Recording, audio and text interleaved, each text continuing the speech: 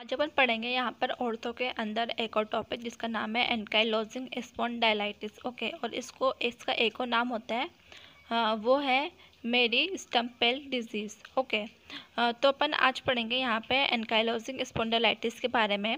तो अपन पहले डिस्कस करते हैं कि अपन इसके अंदर कौन कौन से टॉपिक्स पढ़ेंगे। तो सबसे पहले तो अपन देखेंगे एंकाइलोजिंग स्पॉन्डाइलाइटिस का इंट्रोडक्शन। उसके बाद अपन देखेंगे इसकी ईटियोलॉजी एंड इसकी पैथोलॉजी, ईटियोपैथोलॉजी। उसके बाद इसके क्लिनिकल फीचर्स के अंदर क्या आएगा, प्रेजेंटिंग कंप्लेंट्स अपन चेक करेंगे, एग्जामिनेशन अपन करेंगे, इन्वेस्टिगेशन अपन करेंगे, radiological examination and other investigation. उसके बाद आएगा इसका ट्रीटमेंट कि अपन इस डिजीज़ का ट्रीटमेंट किस तरह से करेंगे। तो इसके अंदर आएगा कंजर्वेटिव मेथड से ट्रीटमेंट, उसके बाद ऑपरेटिव मेथड से अपन इसका ट्रीटमेंट किस तरह से कर सकते हैं उसके बारे में। ओके, तो अपन यहाँ पे इस डिजीज़ को पढ़ने से पहले अपन थोड़ा सा स्ट्रक्चर देखते हैं स्पाइन की। तो यहाँ पे जो डायग्राम बनाया हुआ है ये हेल्थी स्पाइन है। हेल्थी स्पाइन के अंदर क्या होता है ना, वर्टिब्रास होती है, हेल्थी होती है, और दो वर्टिब्रास के बीच में अपन को एक डिस्क देखने को मिलती है। डिस्क का शेप अपन इस तरह से देखते हैं और वर्टिब्रास का शेप अपना इस तरह से होता है। ठीक है, तो ये हेल्थी स्पाइन है। लेकिन एंकाइलोजिंग स्पॉन्डिलाइटिस के अंदर क्या होता है ना, जो अपने जो बोन्स है वहाँ पर अपन को इन्फ्लामेशन देखने को मिलेगा, इन्फ्लामेशन ऑफ जॉइंट्स। जो जॉइंट्स है यहाँ पर इनका इन्फ्लामेशन हो जाएगा। जो रेड आप स्ट्रक्चर देख रहे हो यहाँ पे, जो रेड बनाया हुआ है ये इसकी इन्फ्लामेशन है। फिर आगे चल के लेट स्टेज आएगी, तो लेट स्टेज के अंदर क्या होगा ना, जो ये बोन्स है ये दोनों पास पास आ जाएगी और इन दोनों का फ्यूज़न हो जाएगा इन बोन्स का। तो यहाँ पर लिखा हुआ भी है फ्यूज़न ऑफ बोन्स, जिसको अपन क्या कहते हैं, बैम्बू स्पाइन। बेम्बो स्पाइन अपन मतलब इसको इसलिए कहा है क्योंकि आगे चल के मतलब लेट स्टेज में क्या होता है ना, जो बोन्स है ये फ्यूज़ हो गई है और फ्यूज़ होने के कारण जो पेशेंट है उसके अंदर स्पाइन के मूवमेंट्स बहुत कम हो जाते हैं, मतलब ना के बराबर मूवमेंट्स कर पाता है। उसकी जो डिस्क है वो भी यहाँ पे छोटी हो रही है, मतलब अंदर की तरफ ही जा रही है। ठीक है, तो ये होता है एंकाइलोजिंग स्पॉन्डिलाइटिस। अपन इसको स्ट्रक्चर से याद कर सकते हैं कि यहाँ पर अपन को क्या हो रहा है ना, यहाँ पे इन्फ्लामेशन देखने को मिलेगी जॉइंट्स की, एंड अपन को बैम्बू स्पाइन देखने को मिलेगा, फ्यूजन हो जाएगा बोन्स का। तो अपन यहाँ पर देखते हैं सबसे पहले तो इसका इंट्रोडक्शन है कि एंकाइलोजिंग स्पॉन्डिलाइटिस क्या होता है।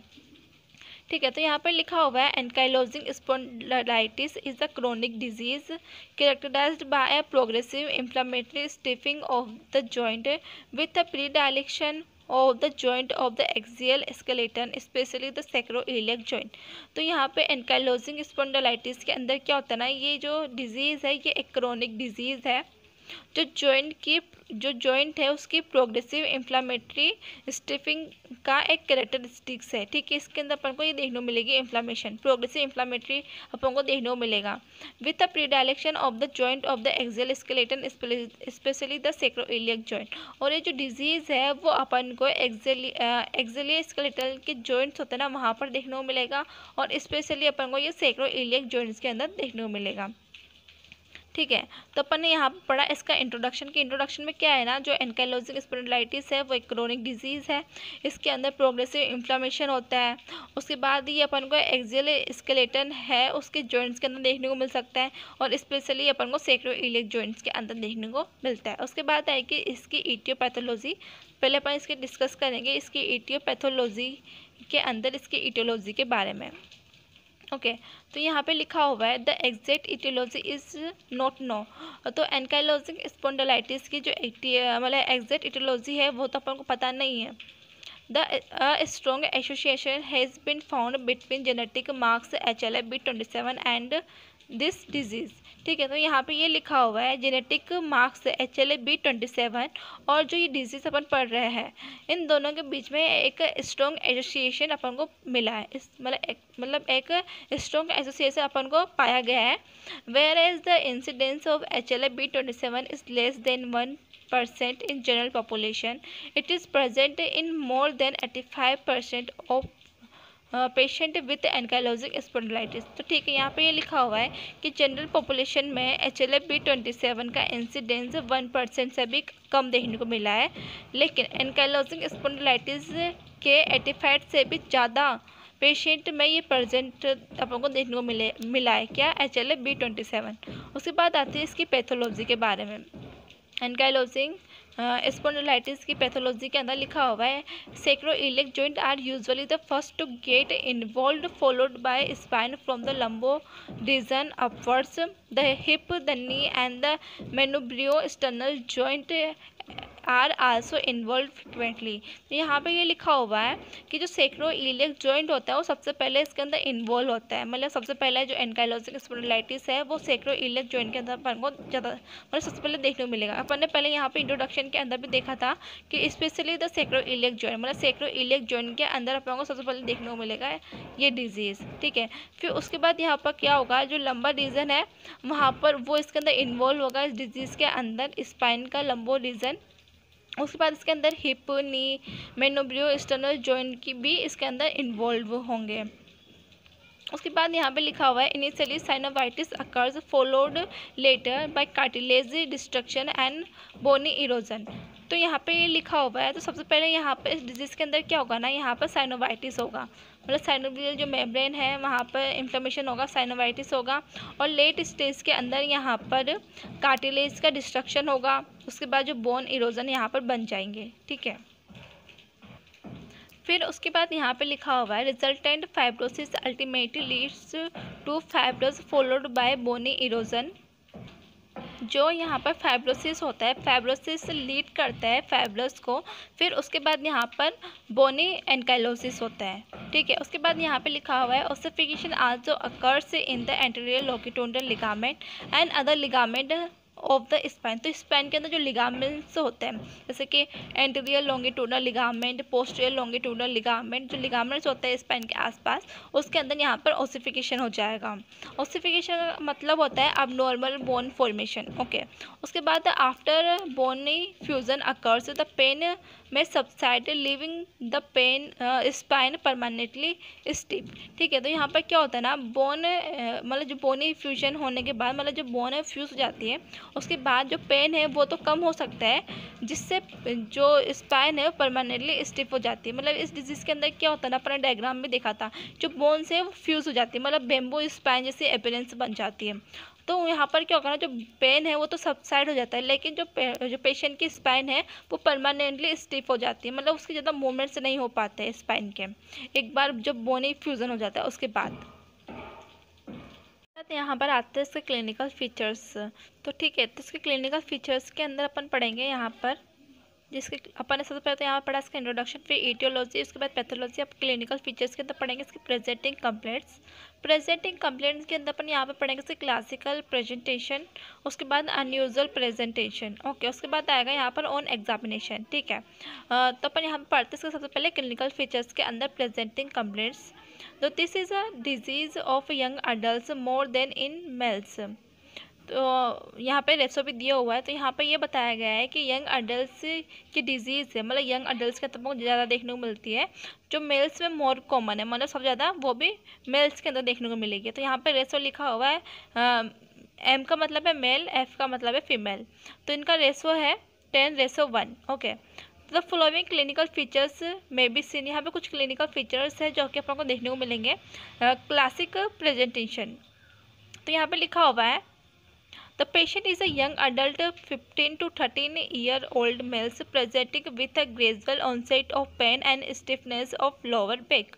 तो यहाँ पे क्लासिक प्रेजेंटेशन के अंदर आइए लिखा है कि जो पेशेंट है वो पेशेंट अपने होते हैं 15 to 30 ईयर्स के, मतलब पेशेंट 50 to 30 ईयर्स का एक यंग अडल्ट है, मतलब यहाँ पर मेल्स की बात हो रही है, क्योंकि अपन ने देखा कि मेल्स के अंदर सबसे ज़्यादा अपन को देखने को मिलता है एंकाइलोजिंग स्पॉन्डिलाइटिस, ठीक है। तो इनके अंदर क्या होता है ना, जो पेशेंट है ये अपन को बताते हैं कि ग्रेजुअल ऑनसेट हुआ है पेन का, और लोअर बैक में इनको स्टिफनेस है, तो ये सब प्रॉब्लम्स लेके ये डॉक्टर के पास जाते हैं, ठीक है। तो इसके अंदर क्या होगा, क्लासिक प्रेजेंटेशन के अंदर जो पेशेंट है उसको पेन होगा, उसके बाद जो उसकी लोअर बैक है वो वहाँ पर उसको स्टिफनेस होगा।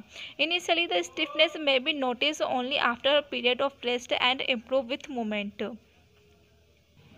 तो शुरुआती टाइम में क्या होता है, मतलब जब ये डिजीज़ स्टार्ट हुई है तो शुरुआत में स्टिफनेस को रेस्ट पीरियड के बाद ही अपन नोटिस किया जा सकता है, मतलब उसको रेस्ट पीरियड के बाद ही अपन नोटिस कर सकते हैं, और मूवमेंट के बाद ये इम्प्रूव हो जाता है ये पेन, ठीक है।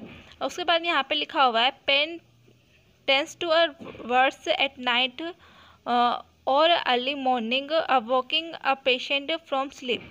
तो पेशेंट जो पेन है वो नाइट और अर्ली मॉर्निंग में सबसे ज़्यादा अपन को देखने को मिलता है, और जो पेशेंट है उसको उसकी नींद खराब हो जाती है, मतलब इस पेन के कारण वो मतलब उसको रात में उठना पड़ता है, उसको बहुत पेन होता है इस कारण से।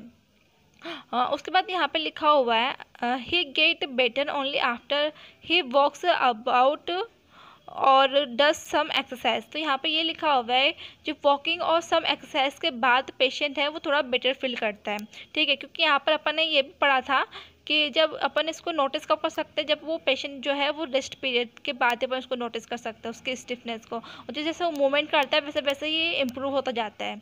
तो यहाँ पर ये लिखा हुआ है कि थोड़ा बहुत वॉकिंग करने से और एक्सरसाइज करने से ये थोड़ा ठीक हो सकता है, मतलब जो पेशेंट है पेशेंट को थोड़ा अच्छा फील होता है ऐसा करने के बाद।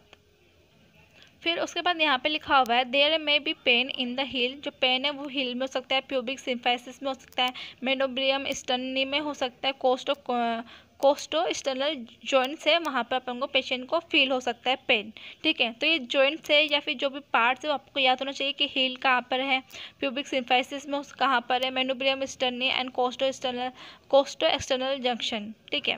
उसके बाद इन लेट स्टेज के अंदर क्या होगा ना, kyphotic deformity of spine, space के मतलब जो स्पाइन है अपनी वहाँ पर काइफोटिक डिफॉर्मिटी बन जाएगी जो कि इस तरह से होती है, जो ये वाला पार्ट होता है ना ये थोड़ा ऊपर उठ जाता है, इसको ऊपर कहते हैं kyphosis.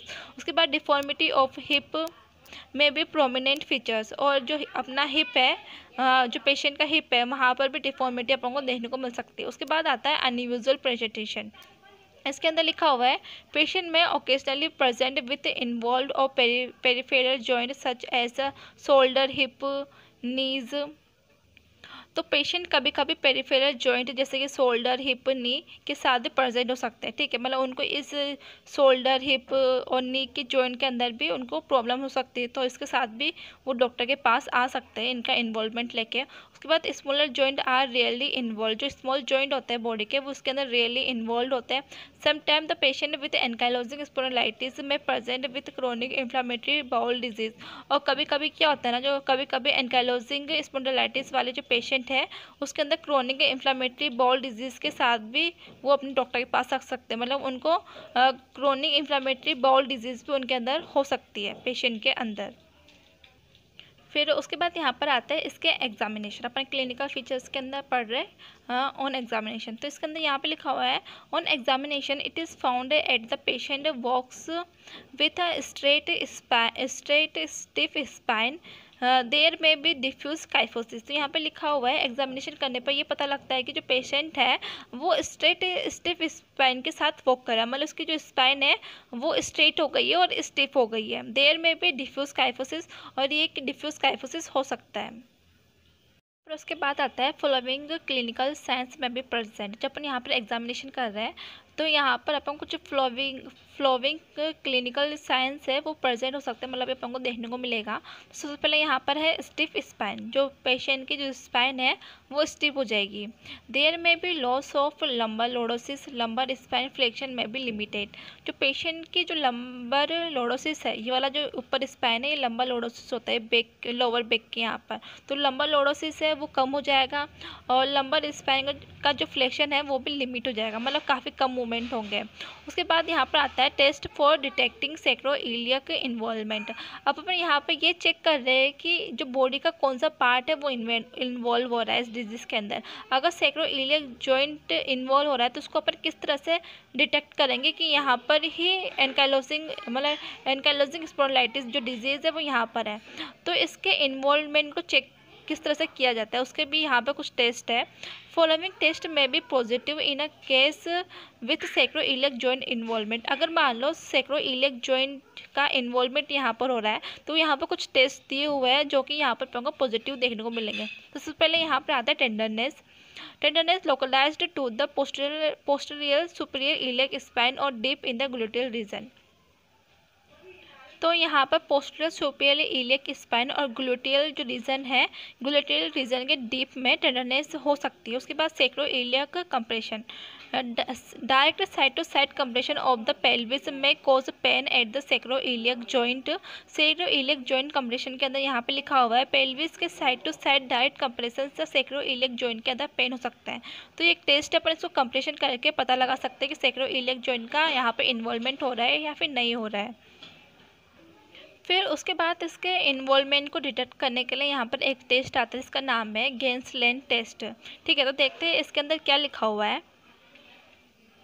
गेंसलेन test, the hip and the knee joint of the opposite side are flexed to fix the pelvis and the hip joint of the spine under test is hyper extended over the edge of the table.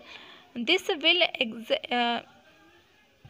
erect a rotational strain over the sacroiliac joint and give rise to pain। तो इसका यहाँ पर diagram भी बनाया हुआ है, तो इस डायग्राम के साथ साथ अपन समझेंगे। The hip and knee joint of the opposite side are flexed to fix the pelvis. तो यहाँ पर स्टेज के अंदर क्या करना होता है, पेल्विस को फिक्स करने के लिए ऑपोजिट साइड के हिप एंड नी जॉइंट को फ्लेक्स किया जाता है। आप इस डायग्राम में देख सकते हो। उसके बाद यहाँ पर है and the hip joint of the side under test is hyperextended over the edge of the table। और फिर इस टेस्ट में आगे क्या करते हैं, इस और टेस्ट में साइड के हिप जॉइंट को टेबल के एज पर हाइपर एक्सटेंडेड किया जाता है। ठीक है, तो आप इस डायग्राम में देख के इसको समझ चुके होंगे। उसके बाद यहाँ पे लिखा हुआ है this will erect to rotational strain over the sacroiliac joint and give rise to pain. और ये सेक्रोइलियक जॉइंट पर एक रोटेशनल स्ट्रेन डालेगा और पेन को राइज करेगा। तो यहाँ पे अपन को पेन होगा, तो इससे अपन इसको पॉजिटिव समझ सकते हैं इस टेस्ट को। और ये समझ सकते हैं कि यहाँ पे सेक्रोइलियक जॉइंट है, उसका इन्वॉल्वमेंट है एंकाइलोजिंग स्पॉन्डाइलाइटिस के अंदर। आप इस डायग्राम को देख सकते हो कि ये पेशेंट है और ये थेरेपिस्ट का हैंड है और ये इसके लोअर एक्सट्रीमिटी है। फिर उसके बाद इसका एक और टेस्ट आता है, इसका नाम है straight leg raise SLR test. SLR test में क्या होता है ना, the patient is asked to lift the leg up with the knee extended. This will cause pain at the affected sacroiliac joint. तो इस टेस्ट के अंदर क्या होता है ना, पेशेंट को नी एक्सटेंड करके, मतलब नी को एक्सटेंड करना है करके लेग को ऊपर उठाने के लिए कहा जाता है। मतलब पेशेंट लेटा हुआ है, उससे पैर ऊपर उठाने को कहा गया और उसका जो नी है वो एक्सटेंड रहेगा, मतलब उसका जो नी है वो सीधा रहेगा। तो ऐसा करने पे जो पेशेंट है उसको सेक्रोइलियक जॉइंट के अंदर पेन होगा। अगर उसको सेक्रोइलियक जॉइंट के अंदर पेन होता है ऐसा करने में, तो इससे डिटेक्ट किया जा सकता है कि उसको एंकाइलोजिंग स्पॉन्डिलाइटिस है SI जॉइंट के अंदर, मतलब सेक्रोइलियक जॉइंट के अंदर। फिर उसके बाद यहाँ पर एक और टेस्ट आता है सेक्रोइलियक जॉइंट के अंदर, वो है पंप हैंडल टेस्ट। इसका भी अपने डायग्राम बनाया हुआ है। तो यहाँ पर लिखा हुआ है with the patient lining position, जो पेशेंट है वो लाइनिंग पोजीशन में रहेगा। The examiner flexes his hip and knee completely and forces the affected knee across the chest so as the bring the it cross of the opposite shoulder. This will cause pain on the affected side. ठीक है, तो यहाँ पे ये लिखा हुआ है जो पेशेंट है, पेशेंट सुपाइन लाइन पोजीशन में होता है, एग्जामिनर हिप एंड नी को कम्प्लीटली फ्लेक्स करता है। ठीक है, अपन इस डायग्राम में देख सकते हैं कि हिप और नी जो है उसको फ्लेक्स किया गया है और अफेक्टेड नी को चेस्ट के क्रॉस किया जाता है। जो अफेक्टेड नी है, ठीक है, उसको क्रॉस किया जाता है चेस्ट की तरफ से ताकि ऑपोजिट शोल्डर के करीब लाया जा सके। ठीक है, और इससे अफेक्टेड साइड जो है वहाँ पर पेशेंट को पेन होगा। इस डायग्राम में देख सकते हैं। तो ये होता है पंप हैंडल टेस्ट। तो इसको डिटेक्ट करने का यही तरीका होता है। इन टेस्ट को तो अपन ने देख लिया कि किस तरह से परफॉर्म किया जाता है, और अगर ये पॉजिटिव अपन को देखने को मिलता है, पेशेंट को पेन होता है, तो उससे अपन पता लगा सकते हैं कि उसको सेक्रोइलियक जॉइंट जो है वो उसका इन्वॉल्वमेंट है, मतलब उसको वहाँ पर ये डिजीज़ है। तो ये तो हो गया SI जॉइंट के लिए। उसके बाद यहाँ पर आता है test for cervical spine involvement. अगर मान लो उसके अंदर से SI जॉइंट इन्वॉल्वमेंट नहीं है, अगर मान लो उसको सर्वाइकल स्पाइन है, वहाँ पर एंकाइलोजिंग हुआ है, एंकाइलोजिंग स्पॉन्डिलाइटिस जो डिजीज़ है वो ही है, तो इसको अपन किस तरह से डिटेक्ट करेंगे, मतलब इसका टेस्ट करने के लिए भी अलग से तरीके होते हैं। In advance stage the cervical spine get completely stiff. तो इसके अंदर क्या होता है ना, एडवांस स्टेज के अंदर सर्वाइकल स्पाइन के अंदर, तो cervical spine get completely stiff. जो सर्वाइकल स्पाइन होती है, सर्वाइकल वाला जो पार्ट होता है वो कम्प्लीटली स्टिफ हो जाता है, मतलब वहाँ पे फ्यूज़न हो जाता है। तो इसको भी चेक मतलब इसको भी डिटेक्ट करने का एक टेस्ट होता है। द फ्लीचे टेस्ट में detect an early involvement of the cervical spine. तो यहाँ पे ये लिखा हुआ है फ्लेचर टेस्ट से सर्वाइकल स्पाइन के अर्ली इन्वॉल्वमेंट को डिटेक्ट किया जाता है। तो ठीक है, तो अब इस ये वाला जो टेस्ट है वो किस तरह से करवाते हैं और इसके अंदर क्या चीज़ देखी जाती है। तो इस टेस्ट के अंदर लिखा हुआ है the patient stands with the heel and back against the wall and try to touch the wall with the back of his head without arising the chin. तो यहाँ पर क्या होता है ना, जो पेशेंट, ये मान लो ये वॉल है और यहाँ पर पेशेंट खड़ा हुआ है, ठीक है। तो पेशेंट को बोला जाता है कि आप इस तरह से यहाँ पर खड़े हुई है और patient stand with his heel and back against the wall, इस तरह से खड़ा हो जाएगा and try to touch the wall. और उससे कहा जाता है कि आप अपने बैक से वॉल को टच कीजिए। और उसको ये भी कहा जाता है कि जो अपना हेड या चिन है उसको ऊपर उठाए बिना, मतलब जैसे नॉर्मल खड़े होते हैं उसी तरह से आपको यहाँ पर नॉर्मल खड़ा होना है। Inability to touch the head to the wall suggested cervical spine involvement. अगर जो पेशेंट वो अपना हेड जो है वो यहाँ पर टच नहीं कर पा रहा है, मतलब उसका हेड तो आगे है और वो इस तरह से खड़ा हुआ है, वो यहाँ से टच नहीं हो रहा है, तो इससे पता लगता है कि उसको सर्वाइकल स्पाइन जो है वो इन्वॉल्व है इस डिजीज़ के अंदर।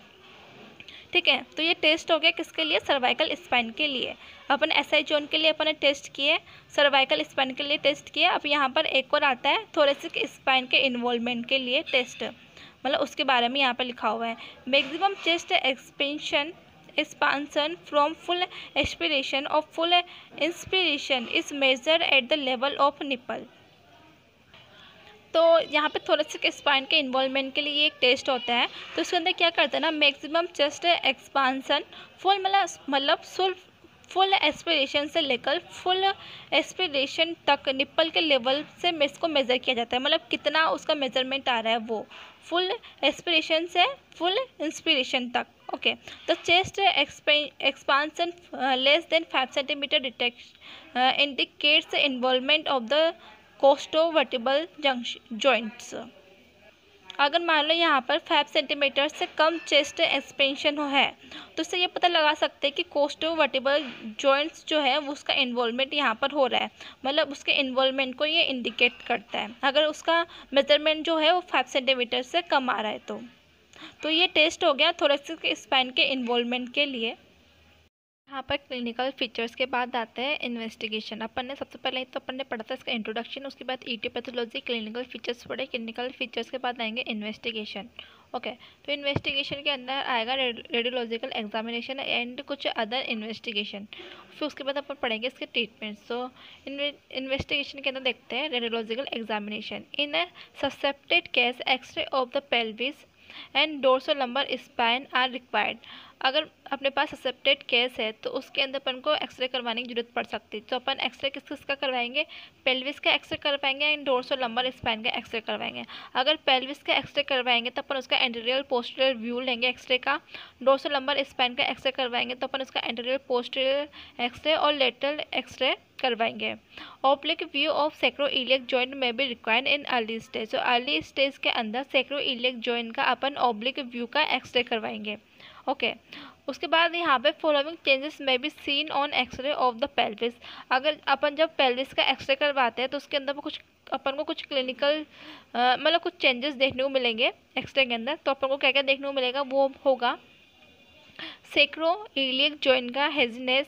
उसके बाद एसआई जॉइंट में इनरेगुलर सबकॉन्डाइलर इरोजन अपन को देखने को मिलेंगे, irregular subcondylar erosion in SI joint. उसके बाद अपन को एसआई जॉइंट के आर्टिकुलेटिंग सरफेस पे स्क्लेरोसिस देखने को मिलेगा। सैक्रोइलियक जॉइंट स्पेस का वेटिंग अपन को देखने को मिलेगी। Bony ankylosis of the sacroiliac joint, sacroiliac joint पर अपन को बोनी एनकाइलोसिस देखने को मिलेगा। Calcification of the sacroiliac ligament and sacrotuberous ligament, जो सैक्रोटुबरकस लिगामेंट एंड सैक्रोइलियक लिगामेंट जो होता है उसका कैल्सिफिकेशन अपन को देखने को मिलेगा एक्सरे के अंदर। उसके बाद एविडेंस ऑफ एंथेरोपैथी, ठीक है, तो इसके अंदर लिखा हुआ है calcification at the attachment of the muscles ligament tendon and ligament particularly around the pelvis and around the heel muscles ligament and मतलब मसल्स टेंडन एंड लिगामेंट्स के अटैचमेंट का कैल्सिफिकेशन पर्टिकुलरली पेल्विस के अराउंड और heel के around में आपको ये देखने को मिलेगा एक्सरे के अंदर। उसके बाद यहाँ पे रेडियोलॉजिकल एग्जामिनेशन के अंदर आता है x-ray of the lumbar spine में शो द फॉलोइंग।